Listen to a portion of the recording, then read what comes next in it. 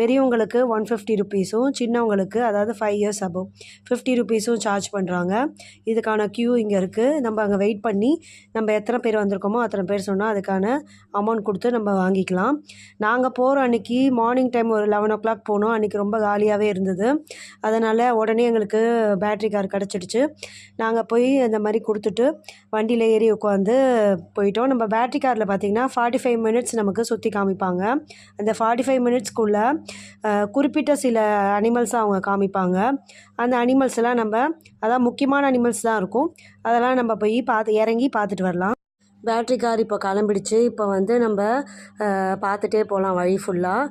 நம்ம வழியில் பார்க்கும்போது நமக்கு சைடில் சொல்லுவாங்க இங்கங்கே இது இருக்குது. வெளியில் தெரியறதையும் நம்ம அப்படியே சைடில் பார்த்துட்டே வரலாம் வியூஸ்லாம். இங்கே வந்து மயில் இருந்தது.